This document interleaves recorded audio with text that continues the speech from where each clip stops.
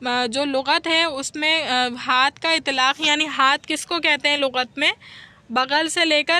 کر جو ہے انگلیوں تک جو حصہ ہے یہ پورا حصہ جو ہے ہاتھ کہلاتا ہے، اور ظاہر ہے کہ اس میں بغل سے لے کر جو انگلیوں تک حصہ ہے اس میں کوہنیاں بھی آتی ہیں، یعنی کوہنیاں ہاتھ میں شامل ہیں۔ تو امام ابو حنیفہ، امام محمد اور امام جو یوسف ہیں وہ یہ کہتے ہیں کہ جب غایہ مغیّہ کی جنس سے ہو، غایہ مغیّہ کی ایک ہی جنس ہو تو غایہ مغیّہ میں شامل ہوتی ہے، اور غایہ جب مغیّہ میں شامل ہوگی تو جو حکم مغیّہ پر لگ رہا ہے وہ غایہ پر بھی لگے گا۔ تو اس آیت میں جو حکم ایدیہ پر لگ رہا ہے وہ مرافق پر بھی لگے گا، یعنی ایدیہ کے بارے میں کہا کہ دھو ہاتھوں کو، تو یعنی مطلب یہ ہے کہ کوہنیوں کو بھی ساتھ دھونا پڑے گا۔ جب بھی ہم ترجمہ کرتے ہوئے یہ کہتے ہیں نا کہ کوہنیوں سمیت، کوہنیوں تک نہیں کہتے، کوہنیوں سمیت دھوتے کرتے ہیں کیونکہ کوہنیاں بھی اس میں شامل ہیں، ٹھیک ہے۔ تو غایہ مغیّہ میں شامل ہوگی، لہٰذا ایدیکم اور مرافق میں ریزمبلنس ہے، آپس میں جو ہے تعلق ہے، تو مرافق جو ہیں شامل ہوں گی کس میں؟ ایدیکم میں، یعنی جو حکم ایدیہ کا ہے وہی مرافق کا ہوگا، یعنی دونوں چیزوں کا دھونا پڑے گا، یعنی ہاتھوں کو کوہنیوں سمیت دھونا پڑے گا۔ اسی طرح اگر کعبین کو، ٹخنوں کو دیکھا جائے تو ٹخنے بھی تو پیروں کا ہی حصہ ہے نا، اور ان تین علماء نے یہ بات بیان کر دی کہ جب غایہ مغیّہ کے جنس سے ہو، یعنی الہ کے بعد والا اسم الہ سے پہلے والے اسم کی جنس سے ہو، ایک ہی چیز ہو، تو غایہ مغیّہ میں شامل ہوتی ہے، یعنی کعبین ارجلا میں شامل ہوں گے، اور جو حکم ارجلا کا ہے وہی کعبین پر لگے گا، یعنی ارجلا پر حکم لگا تھا کس چیز کا؟ دھونے کا، کیونکہ اطلاق ہم نے وجوہ پر کیا ہے اس کا معطوف علیہ کر کے، تو دونوں کا دھونا لازمی ہوگا، ٹھیک ہے، کعبین کو بھی دھونا لازمی ہوگا۔ اور ثم اتموا الصیام الی اللیل والی مثال کو رکھ کر ہم نے یہ فرمایا کہ جو ثم اتموا الصیام الی اللیل ہے، اس میں اگر دیکھا جائے تو جو ہمارے پاس رات ہے وہ صیام کی جنس سے نہیں ہے، صیام روزہ ایک الگ چیز ہے اور رات ایک الگ چیز ہے، دونوں الگ الگ چیزیں، اسی وجہ سے غایہ مغیّہ میں داخل نہیں ہو رہی، البتہ جب غایہ مغیّہ کی جنس سے ہوگی تو ضرور بضرور اس میں شامل و داخل ہوگی، ٹھیک ہے۔ اس کے بعد فرمایا کہ والمفروض فی مسح الراس، اور